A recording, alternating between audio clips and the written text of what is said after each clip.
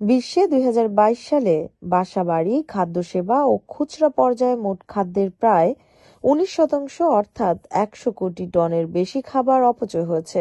ওই সময় বাংলাদেশে গড়ে একজন ব্যক্তি বছরে ৮২ কেজি খাবার অপচয় করেছেন।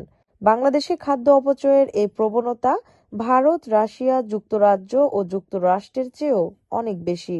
জাতিসংঘের পরিবেশ বিষয়ক কর্মসূচি ইউনিপের এক প্রতিবেদনে এ তথ্য উঠে এসেছে। এতে বলা হয়েছে, ওই বছর বিশ্বে বেশিরভাগ খাদ্য অপচয় হয়েছে বাসাবাড়িতে। মোট খাদ্য অপচয়ের প্রায় ৬০% বাসাবাড়িতে হয়েছে।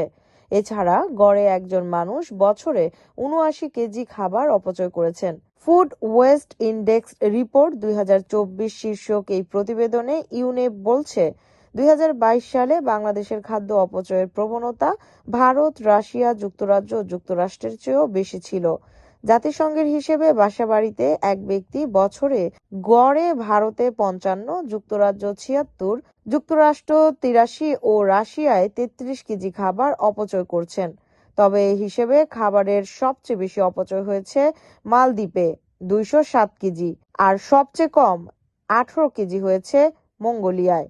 খাদ্য অপচয় বিষয়ক গবেষক অধ্যাপক কামরুল হাসান বলছেন, বাংলাদেশে একেবারে উচ্চ আয়ের পরিবারগুলোতে বেশি খাদ্য নষ্ট বা অপচয় হয়। বাংলাদেশ কৃষি বিশ্ববিদ্যালয়ের এই অধ্যাপক খাদ্য অপচয় নিয়ে জাতিসংঘের খাদ্য ও কৃষি সংস্থা এবং ঢাকায় খাদ্য মন্ত্রণালয়ের আওতায় গবেষণা করছেন।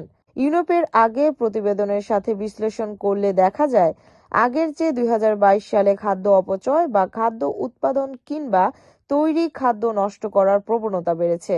২০১৯ সালের গবেষণার উপর ভিত্তি করে সংস্থাটি ২০২১ সালের প্রতিবেদনে জানায়, একজন বাংলাদেশি বছরে ৬৫ কেজি খাদ্য উৎপাদন কিংবা তৈরি খাদ্য নষ্ট করেন।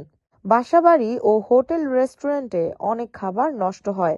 গবেষণায় দেখা গেছে, উচ্চ আয়ের বাসাগুলোতে সপ্তাহে একজন মানুষ ২ কেজিরও বেশি খাবার অপচয় করে থাকেন।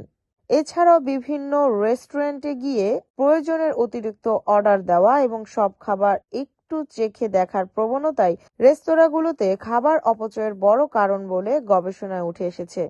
মূলত সব কারণেই যুক্তরাষ্ট্র বা যুক্তরাজ্যের মতো উন্নত দেশগুলোর তুলনায় বাংলাদেশে খাদ্য অপচয় বেশি বলে ধারণা করছে বাংলাদেশের গবেষকরা। তারা মনে করেন, রেস্তোরাঁ বা কমিউনিটি সেন্টারের মতো প্রতিষ্ঠানগুলোতে বেশি নজরদারি বা মনিটরিং এর ব্যবস্থা থাকায় খাদ্য অপচয় প্রতিরোধে উন্নত দেশগুলো বাংলাদেশের চেয়ে ভালো করছে। বাংলাদেশে খাদ্য অপচয় বিষয়টি দেখার জন্য সুনির্দিষ্ট কোনো কর্তৃপক্ষ নেই। বাংলাদেশের নিরাপদ খাদ্য কর্তৃপক্ষের চেয়ারম্যান জাকারিয়া বলেছেন, খাদ্য অপচয় প্রতিরোধে সচেতনতা বৃদ্ধি ছাড়া তেমন কিছু তাদের করণীয় নেই।